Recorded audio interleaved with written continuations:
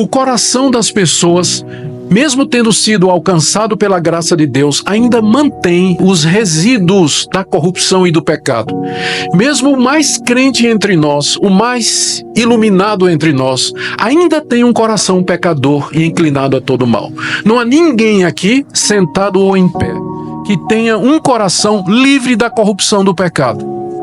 E nós somos inclinados ao pecado, mesmo que nós tenhamos a luz da verdade, a luz do Evangelho e do conhecimento de Deus. Mas, eventualmente, ainda nós podemos viver como vivem os filhos das trevas. Queridos irmãos, amigos, dando continuidade ao nosso culto a Deus, nós abriremos agora a sua palavra na carta aos Efésios, capítulo 5.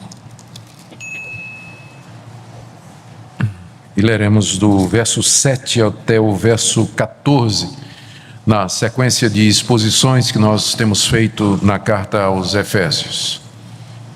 Efésios capítulo 5, do verso 7 até o verso 14, continuando a exposição do escrito de Paulo àquela igreja de Éfeso.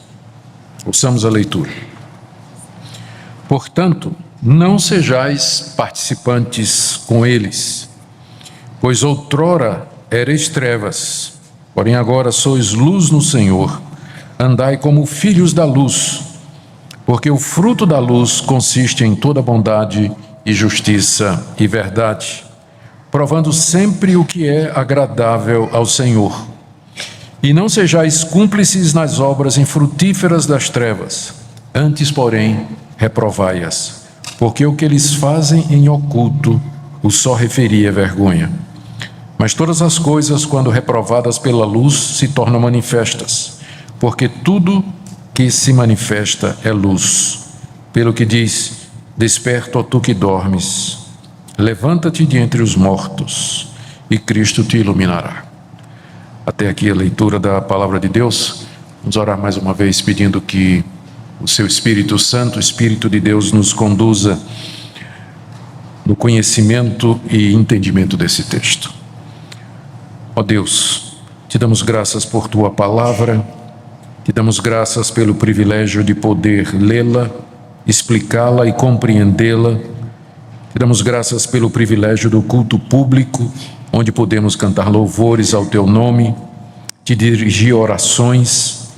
Nós pedimos que teu Espírito Santo continue a operar entre nós e que a exposição da tua palavra traga luz aos nossos corações. Pedimos em nome de Jesus. Amém.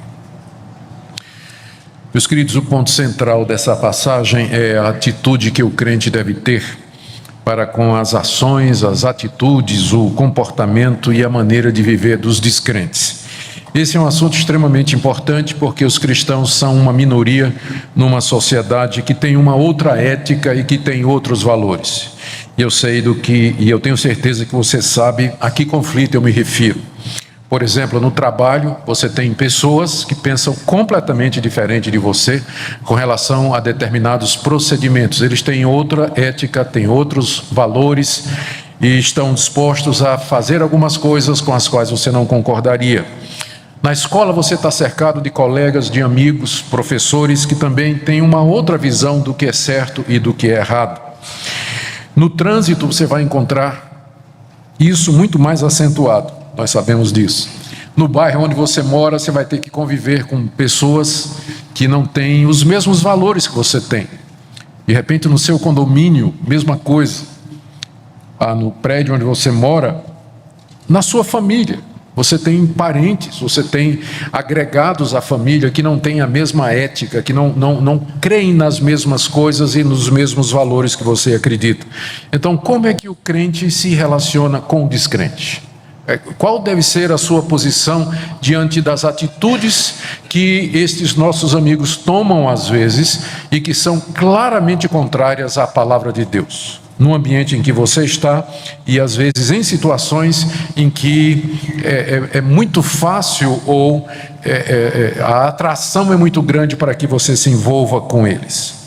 A orientação que Paulo dá aqui aos cristãos de Éfeso, no texto que nós lemos, se baseia num contraste que ele faz entre trevas e luz. Eu sei que os irmãos perceberam. Esse contraste, ele aparece no verso 8, antigamente vocês eram trevas, porém agora vocês são luz. No verso 9 ele fala do fruto da luz. No verso 11 ele diz, não sejam cúmplices nas obras das trevas. No verso 13 ele diz que a luz tudo manifesta. E no verso 14 ele diz que nós temos que nos levantar de entre os mortos para que nós sejamos iluminados. Então, é evidente a todos que essa passagem gira em torno desse contraste entre trevas e luz. Paulo usa o termo trevas aqui, e é claro que é metafórico, para descrever a maneira de viver dos que não conhecem a Deus. Na verdade, ele já tinha feito essa descrição. Se você tem acompanhado a nossa exposição em Efésios, você certamente se lembra do capítulo 2, versos 1 a 3, quando Paulo diz que Cristo nos deu vida, estando nós mortos dos nossos delitos e pecados, nos quais andamos antigamente, segundo o príncipe da potestade do ar, do espírito que atua nos filhos da desobediência, entre os quais também todos nós andamos outrora, segundo as inclinações da nossa carne, fazendo a vontade da carne e dos pensamentos, e éramos por natureza filhos da ira, como também os demais. Está aqui uma boa descrição do que seria o mundo em trevas.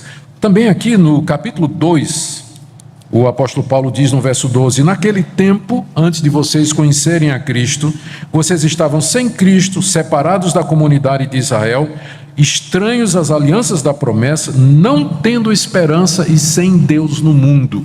São descrições que Paulo dá aqui nessa carta do que são aqueles que vivem em trevas. E aqui no capítulo 4, verso 17, ele diz assim, eu digo e no Senhor testifico que não mais andeis como também andam os demais gentios, ou os gentios, na vaidade dos seus próprios pensamentos, obscurecidos de entendimento, alheios à vida de Deus por causa da ignorância em que vivem, pela dureza do seu coração, que se tornaram insensíveis, se entregaram à dissolução para com avidez cometer toda sorte de impureza. Ou seja, Paulo, nessa mesma carta, pelo menos em 3 lugares, ele descreve o que aqui no texto que nós lemos ele chama de trevas. Trevas, a escuridão é usada aqui de uma maneira metafórica para descrever ou para dizer que estas pessoas, elas não conseguem ver a Deus. A pessoa que anda em trevas, ela não consegue enxergar. Eles não conseguem ver a Deus, eles não conseguem ver a verdade. A pessoa que anda em trevas está perdida. Ela não sabe para onde vai, ela não sabe que direção tomar. Por isso, não somente Paulo, mas a Bíblia usa essa metáfora, uma pessoa que está em trevas, para descrever o homem sem Deus aqui nesse mundo. E todas as demais coisas que estão aqui. O entendimento escurecido, a alienação da vida de Deus, ignorância, dureza de coração, insensibilidade e assim por diante. Por outro lado, Paulo usa a metáfora da luz para descrever a vida dos crentes.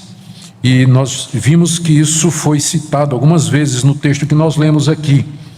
A luz representa santidade, verdade, clareza, transparência. E uma das características da luz é que ela dissipa as trevas. Onde ela chega, as trevas vão embora. Num confronto entre trevas e luz, sempre a luz prevalece.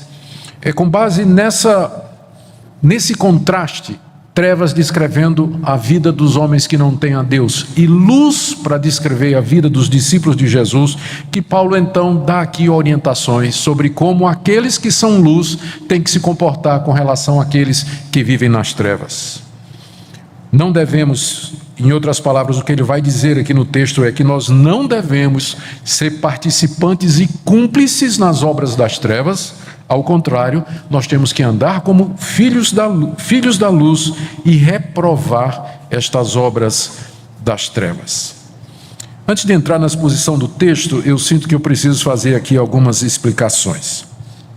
Embora nós usemos a expressão trevas para indicar a vida daqueles que não andam com Deus e não conhecem a Deus, nós temos que reconhecer que, pela misericórdia de Deus, uma pessoa descrente é capaz de fazer coisas boas e certas.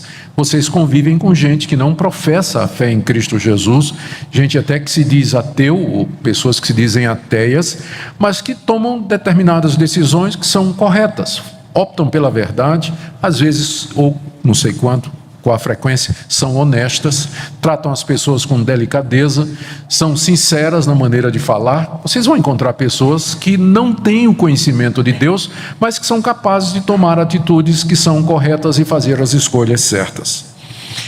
Isso acontece apesar delas, porque isso é resultado daquilo que a gente chama da graça de Deus, o favor de Deus, o amor de Deus pela sua criação. Deus é tão bom, que mesmo que uma pessoa não acredite nele, uma pessoa não queira nada com ele, Deus abençoa aquela pessoa, Deus dá saúde para aquela pessoa, Deus dá condições financeiras boas, de repente Deus permite que essa pessoa tenha determinadas virtudes, a pessoa já nasce com isso, com determinados traços de caráter, de uma pessoa reta, de uma pessoa justa. Você encontra isso, mesmo na sociedade que não tem Deus. Mas de onde vem isso? Não de nós. Não é da humanidade, porque a Bíblia é muito clara nisso. Todos pecaram e carecem da glória de Deus. A Bíblia é muito clara quando ela diz que o coração do homem é inclinado ao mal, sempre, e que ele vive em trevas, e que ele tem prazer em fazer a coisa errada. Então, quando você encontra uma pessoa que não conhece a Deus, não tem um temor de Deus, mas que é uma pessoa justa, que faz uma coisa boa, uma coisa correta, e geralmente a pessoa se vangloria disso, né? Geralmente quem faz isso e não conhece a Deus acha que ele fez isso pelo mérito dele, né? E aí já vem o pecado logo em seguida, a vaidade pelos atos que essa pessoa comete. Então, mas você conhece melhor, você sabe que se ela faz isso, não é por causa dela, mas que Deus é tão bom que, para evitar que a sociedade imploda e para que nós nos destruamos a nós mesmos, Ele permite que as pessoas façam coisas certas, deixem a briga, levam a fechada no trânsito e não puxem o revólver para matar o cidadão, deixam o cara embora porque não quer briga. Então isso é só porque Deus permite na sua graça, para permitir que a sociedade continue, que a vida humana continue, senão nós já teríamos nos destruído há muito tempo. Então, trevas. Mas se há alguma luz lá, é a luz de Deus, é a graça de Deus e a misericórdia de Deus. Agora, o inverso também é verdade. Nós chamamos os cristãos, os discípulos de Jesus, de luz. E dizemos que eles são filhos da luz, que eles andam na luz. Mas, infelizmente, às vezes um cristão pode praticar obras das trevas. Você vai encontrar pessoas que de fato conhecem a Deus, têm o conhecimento de Deus, mas que eventualmente ele se comporta como um ímpio. Ele se comporta como uma pessoa que não conhece a Deus.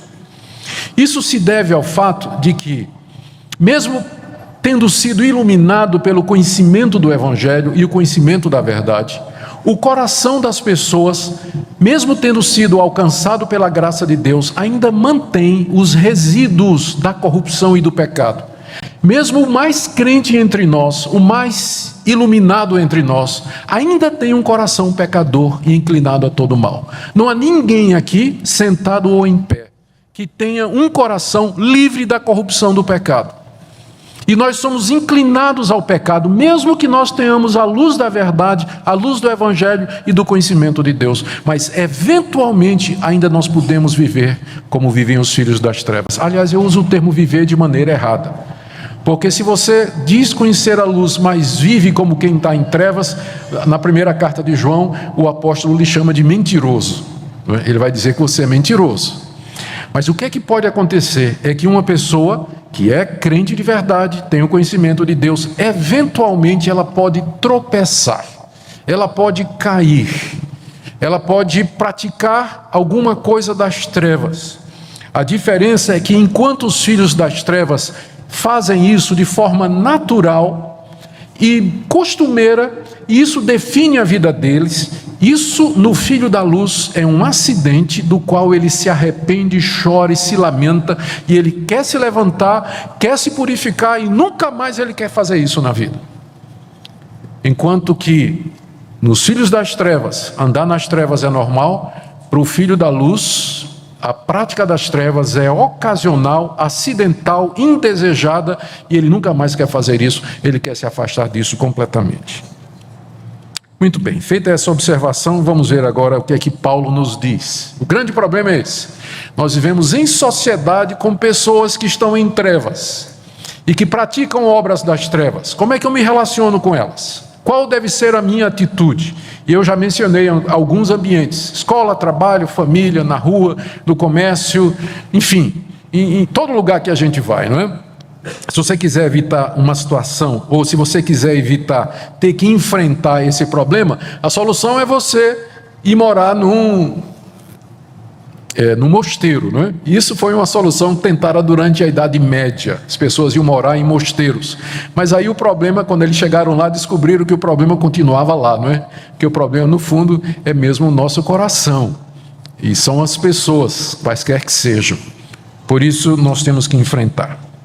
Primeiro, vamos ver o que é que Paulo diz quanto ao que nós não devemos fazer. O que é que nós não devemos fazer? Está aí no verso 7. Ele diz: portanto, não sejais participantes com eles. Não sejam participantes com eles. Quem são estes eles aqui do verso 7? São aqueles que ele menciona no verso 6, no verso anterior. Ninguém vos engane com palavras vãs, porque por estas coisas vem a ira de Deus sobre os filhos da desobediência. Portanto, não sejais participantes com eles, ou seja, com os filhos da desobediência, que são os mesmos filhos das trevas. Pessoas que não conhecem a Deus e que são desobedientes a Deus. Paulo está dizendo: não seja participante com eles, não participem com eles. Participar em quê? Ele diz mais atrás. Se você começar a ler do verso 3, então o que é que Paulo disse? A imoralidade, a impureza, a cobiça, verso 4, conversa suja, palavras sujas, piadas imorais, coisas essas inconvenientes, isso não deve nem ser nomeado no meio de vocês, porque por estas coisas vem o castigo de Deus sobre os filhos das trevas. Por isso, verso 7, não sejam participantes com eles. Então, a primeira orientação é essa: não participe dessas coisas. Não participe dessas coisas. Isso, como eu disse, não significa, então, que a gente não vai ter mais nenhum contato com quem é descrente. Mas você pode ter contato com os descrentes nestas áreas comuns à humanidade, que pela graça de Deus são áreas corretas. Boa parte do tempo os descrentes estão fazendo a mesma coisa que nós estamos fazendo, trabalhando para ganhar o pão, dirigindo para algum destino, fazendo compras, enfim, estudando, trabalhando. A maior parte do tempo nós não temos a menor dificuldade em nos relacionar com eles, mas em algum momento as obras das trevas vão surgir. E aí Paulo diz: não participe com eles nisso aqui. Você pode participar naquilo que é comum à sociedade. Você vai trabalhar no emprego, ao seu lado tem uma pessoa que não quer saber de Deus, pode até ser hostil, mas não participa com ele quando ele for fazer alguma coisa errada. Quando ele começar a fazer aquilo que é próprio de quem não conhece a Deus, não participe daquilo. Não participe daquilo. E a razão que Paulo diz está aí no verso 8. Porque antigamente vocês eram trevas, aí tudo bem. Você era ignorante de Deus, você não conhecia Deus, você não conhecia a verdade, você andava pela sua própria ética, pela sua moral, você não tinha referência, para você a verdade é relativa, você era trevas. Agora, porém, você é luz, você conhece a verdade, você foi alcançado pelo Evangelho, você não é mais ignorante daquelas coisas, você agora tem a presença do Espírito Santo no seu coração, você foi salvo pelo sacrifício de Cristo na cruz do Calvário, e isso tem que fazer uma mudança na sua vida. Percebe isso? Como o Evangelho muda. Antes você era trevas, você vivia nas trevas, fazia coisas das trevas, mas aí a luz do Evangelho chegou e você não pode mais ser o mesmo. Você não pode ser como você era antes. Você agora é luz. Paulo diz: ande como filho da luz. E o que é que significa andar como filho da luz? Ele diz no verso 9: o fruto da luz consiste em toda bondade, justiça e verdade.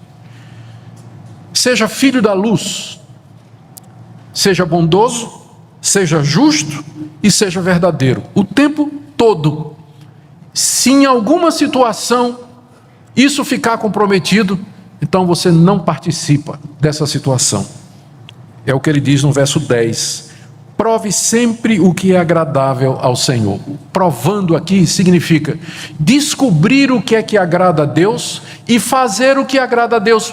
E aqui parece que Paulo está colocando uma regra geral, mas que nós precisamos de sabedoria para desenvolver na prática, em determinadas situações, em contextos diferentes. O que nessa situação de trabalho, onde os meus colegas de trabalho estão planejando fazer uma festinha, e eu sei o que vai rolar naquela festinha, qual é a melhor coisa que eu tenho que fazer? Porque se eu não for, eu vou ficar isolado. Se os meus colegas de turma estão saindo para tomar uma cerveja ou fumar maconha ali na esquina, lá na universidade, e se eu não for, eu vou ficar isolado. Se eu for, será que eu posso ir para um barzinho, ficar só ouvindo música, o pessoal está lá se amassando, está lá se pegando, mas eu não estou fazendo nada disso, eu estou lá só porque eu gosto da música, posso ou não posso? São tantas situações, mas aí você tem que procurar, descobrir e praticar sempre o que é agradável ao Senhor. O que é que agrada a Deus? Essa tem que ser a sua regra, não é o que lhe agrada, não é o que é que você tem vontade de fazer, não é o que lhe dá prazer, mas o que é que agrada ao Senhor, que é luz e que me tirou das trevas, que morreu por mim na cruz. Esse é o nosso referencial no relacionamento com os descrentes. O que é que agrada a Deus? Descobre isso e pratica isso. Isso que é a orientação que nos é dada. Ele continua ainda na mesma linha. No verso 11, quando ele diz, nós estamos vendo o que é que nós não devemos fazer. Primeiro, não devemos participar com eles, porque nós somos luz, e o que nos interessa é agradar ao Senhor e não a eles. E segundo, verso 11, não sejais cúmplices nas obras infrutíferas das trevas. Ele parece estar dizendo a mesma coisa, porque ele já disse, não participe. E agora ele diz, não seja cúmplice. Todo mundo sabe o que é um cúmplice, não é? Está cheio de advogado por aqui. No sentido penal, é alguém que contribui de uma forma secundária para a realização do crime de outro. No sentido geral, um cúmplice é alguém que participa com outro na realização de alguma coisa, um sócio, um parceiro, um colaborador. Nós, porque estamos inseridos numa sociedade corrompida e que não conhece a Deus e que vive em trevas, frequentemente somos pressionados e tentados a sermos cúmplices. De várias maneiras. Eu tentei fazer uma lista aqui de todas as situações possíveis e imaginárias em que um crente pode se sentir tentado ou pressionado a se tornar cúmplice na prática do mal. Mas a lista é interminável, não é? A lista é interminável. Não tem quem consiga chegar ao fim dessa lista, porque são tantas situações todo dia em que a pressão para você ser cúmplice do mal vem sobre você, sob a forma de um convite, sob a forma de uma pressão, de um medo, de um temor, de uma ameaça, de uma vantagem, de muitas maneiras vem sobre você essa tentação aqui para você se tornar cúmplice, para você se tornar parceiro, colaborador. Ou seja, para que você ou pratique, ou você incentive, ou apoie, ou se deleite, ou concorde, ou consuma, ou consinta, ou se omita, ou fique calado diante do mal. São muitas tentações diárias para que nós, de alguma maneira, nos envolvamos com o mal. Em resumo, o que Paulo está dizendo aqui, quando ele diz, não seja cúmplice das obras infrutíferas das trevas, o que ele está dizendo aqui é, não participe em nenhuma medida destas obras que são infrutíferas. Não sei se vocês perceberam o contraste. No verso 9 ele disse, o fruto da luz, mas das trevas ele diz que são obras infrutíferas. Até porque para que uma planta produza fruto, ela precisa da luz, não é verdade? Não tendo luz nas trevas, trevas não produz fruto, ela produz morte. Ela produz morte. Por isso são obras infrutíferas das trevas. Elas podem dar um prazer passageiro, mas eventualmente o salário do pecado é a morte. O salário do pecado é a morte. E é Deus quem garante que vai ser assim. Então ele diz, não seja cúmplice, não participe nas obras infrutíferas das trevas. Mas então o que é que nós devemos fazer? Se eu não posso participar e eu não posso ser cúmplice, mas o que é que isso significa em termos positivos? Quer dizer, o que é que então eu tenho que fazer?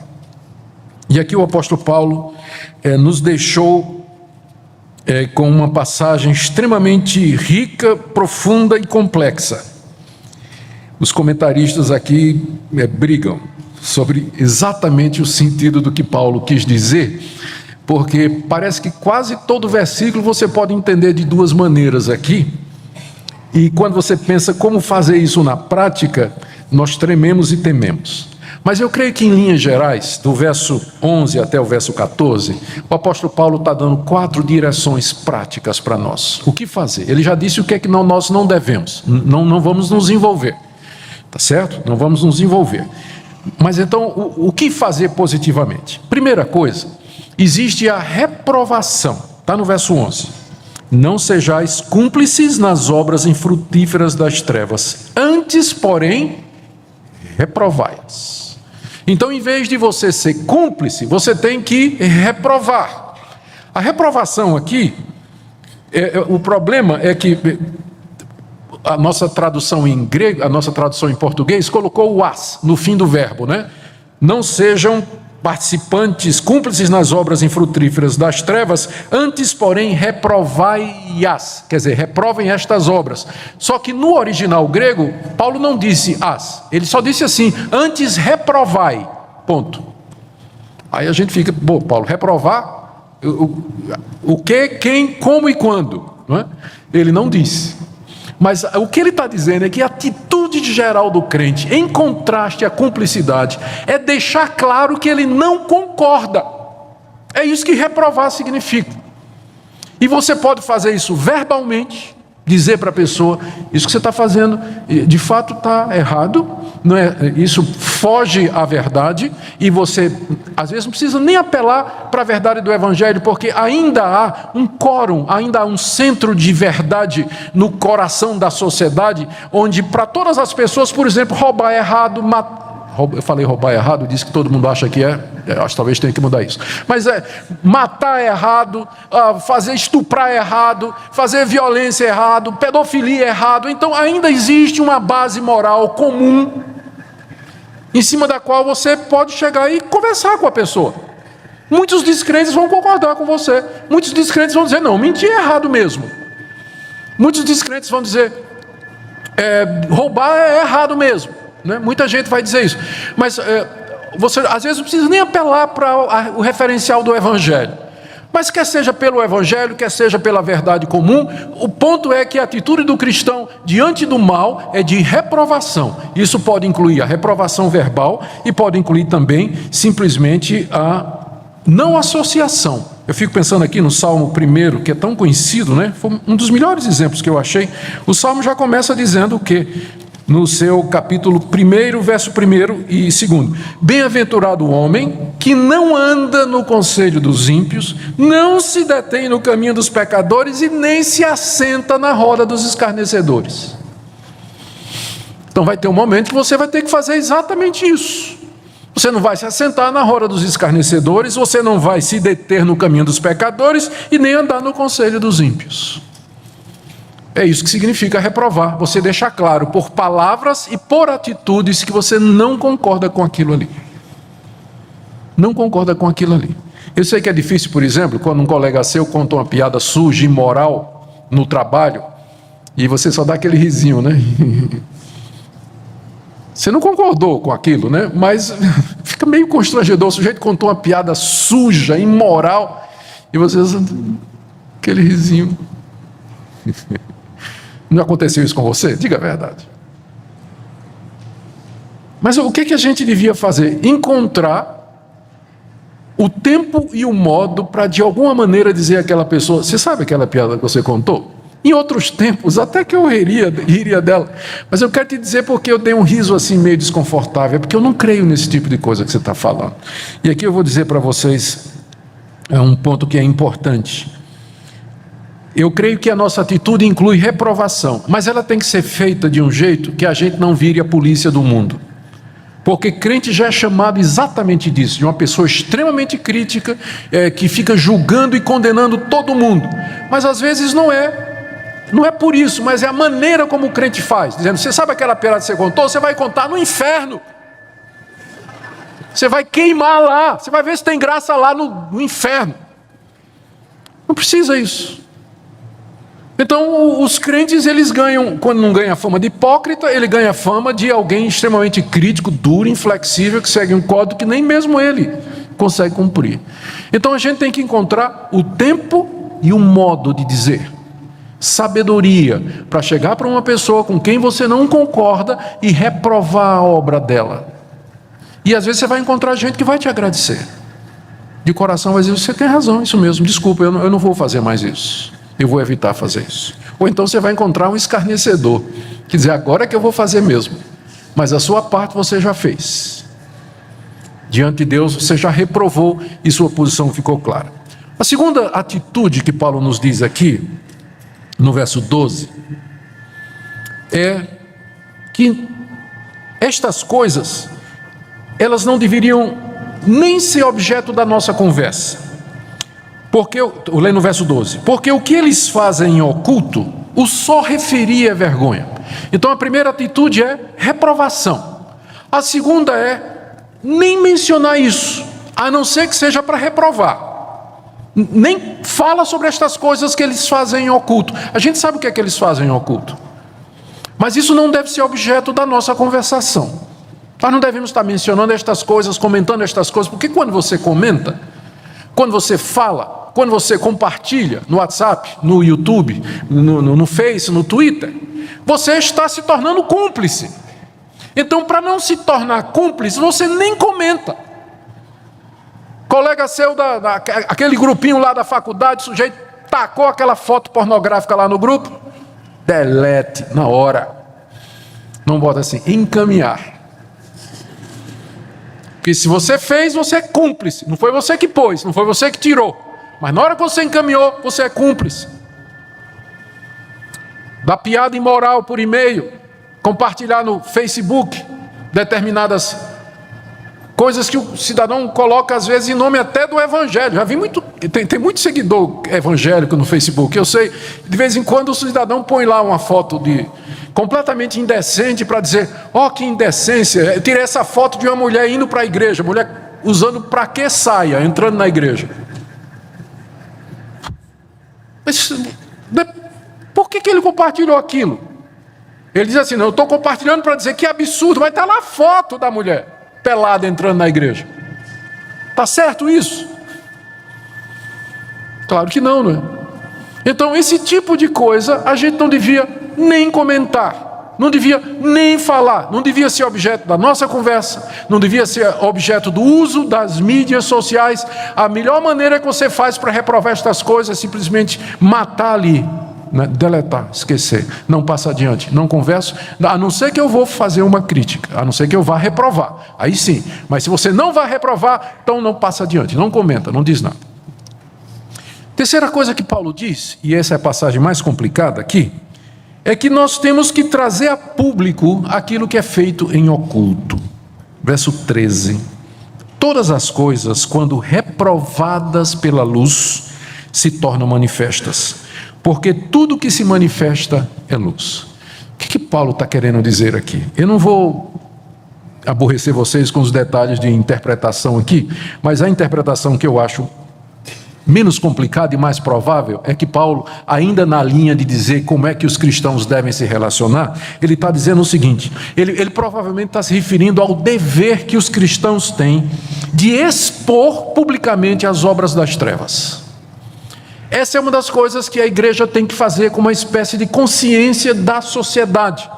É expor aquilo que eles fazem em oculto e dizer isso que está sendo feito, isso que está sendo divulgado, estas obras aqui, elas são erradas, elas têm essas consequências. Então, parece que Paulo está falando aqui do dever público da igreja de tomar uma posição nesses assuntos. Todas as coisas, todas aqui se refere ao que vem antes, todas estas coisas das trevas, não é? Todas estas coisas, quando reprovadas pela luz, a luz aqui são os cristãos que têm a luz do Evangelho, quando os cristãos então reprovam estas coisas que são feitas em oculto, elas se tornam manifestas. Porque tudo que se manifesta é luz, ou foi iluminado. Enquanto não foi iluminado, permaneceu no oculto e nas trevas. Mas na hora que os cristãos jogam a luz da verdade, o holofote da verdade nas obras das trevas, estas obras se manifestam. E sabe o que é que acontece às vezes? A própria sociedade diz, não, mas isso não. Recentemente aconteceu um escândalo nos Estados Unidos, numa ONG americana. O título dela, o nome dela era Planned Parenthood, Planejamento Familiar. E era uma ONG que praticava o aborto, que dava aborto legal para as mulheres americanas que procurassem aborto. Nos Estados Unidos é extremamente fácil fazer isso. E os evangélicos nos Estados Unidos, eles têm movimentos, são muito organizados contra o aborto. Como também nós aqui entendemos que o aborto é uma quebra do mandamento que diz não matarás. Mas aí então o que é que aconteceu? Um desses grupos, eu não estou dizendo que a gente vai fazer isso, estou dizendo como ilustração, mas um desses grupos pró-vida conseguiu filmar uma entrevista com uma das líderes do movimento, onde ela confessou como é que ela pegava as partes do feto, extraía a criança, eles faziam de um jeito para não matar, para não danificar a criança, e aí tirava o rim, ela dizendo, o coração, ou o pulmão, ou aquelas coisas que poderiam ser usadas para transplante, para fazer pesquisa, ou enfim, para qualquer outro, ela friamente dizendo, eu acho que muitos de vocês viram isso aí nas mídias sociais. E aí não foi só a igreja que ficou escandalizada, o mundo ficou escandalizado. Os próprios descrentes disseram, mas que absurdo isso, quando eles viram a foto lá, e o desmembramento do feto, para as partes serem vendidas no comércio, isso deixou muita gente que não é crente indignada. Um papel, eu não estou dizendo que a gente vai ficar filmando essas coisas, mas estou dizendo que um dos papéis da igreja é falar a respeito do juízo de Deus sobre estas coisas, porque esse pessoal faz em oculto e eles acham que estão escondidos da luz de Deus. No Antigo Oriente, na época de Paulo, as lojinhas dos comerciantes eram todas fechadas e quase sem janela. Razão óbvia, né?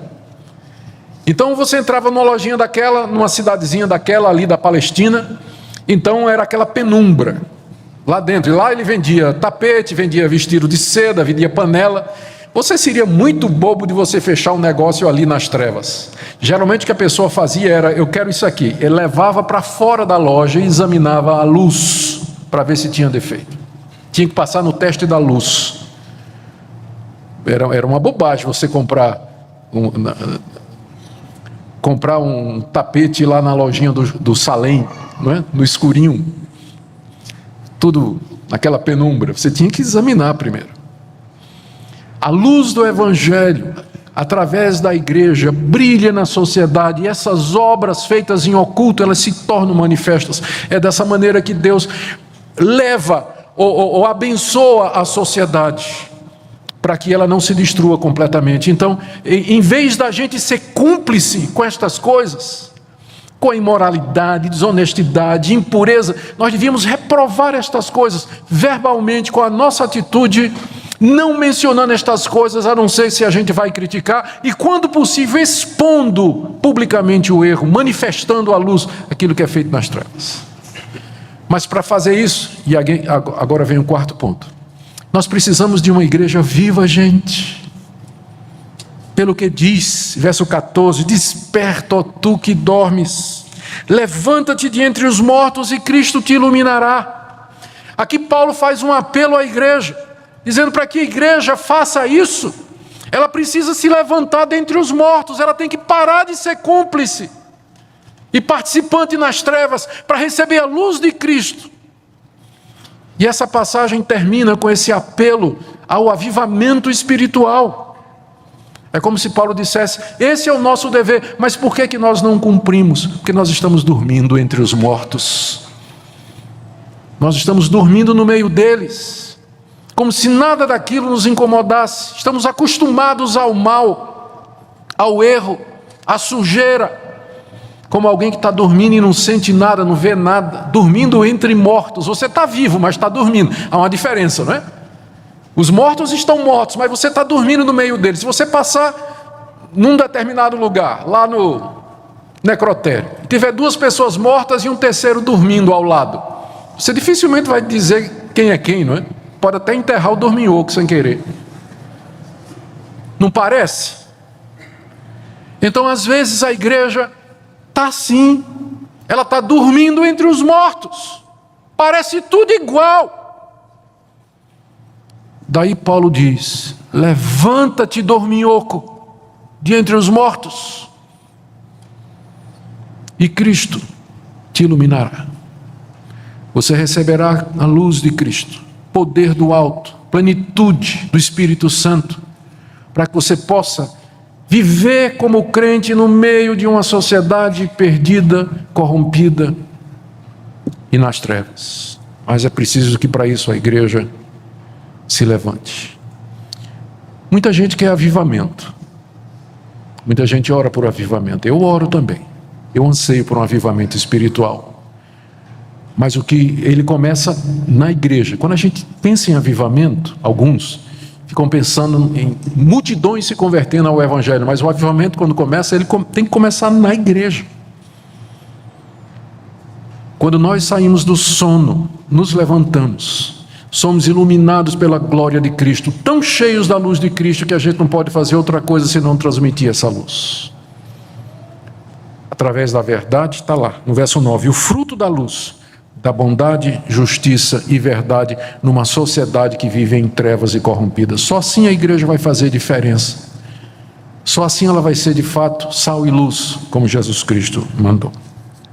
Eu termino com algumas aplicações para nós. Querido, querida, por favor, ore por sabedoria. Ore por sabedoria. Se você enfrenta uma situação em que diariamente você está cercado de trevas, peça que Deus lhe desperte do seu sono. Deus, eu quero despertar, eu não quero dormir entre mortos. Eu não quero dormir entre mortos, mas eu quero me levantar de entre os mortos, porque eu não estou morto, eu já recebi a vida em Cristo Jesus, mas eu quero essa luz plena que vem dele, para que eu possa brilhar no meio da sociedade. Dá-me sabedoria, me dá graça. Seja firme na sua determinação de não ser cúmplice e nem participante com eles. Peça a Deus o poder da iluminação de Cristo, para que você tome atitudes claras de afastamento de pessoas e situações que vão lhe levar às trevas. E finalmente, lembre sempre quem você é em Cristo Jesus. Você já foi trevas, mas você já foi iluminado pela verdade do Evangelho. Você já conheceu a Cristo, você conhece a verdade. O que é que você está fazendo dormindo entre mortos? Você já ganhou vida. Levante-se, em nome de Jesus. E assuma o compromisso de um cristão verdadeiro no meio de uma sociedade que é crítica de uma igreja que dorme entre mortos.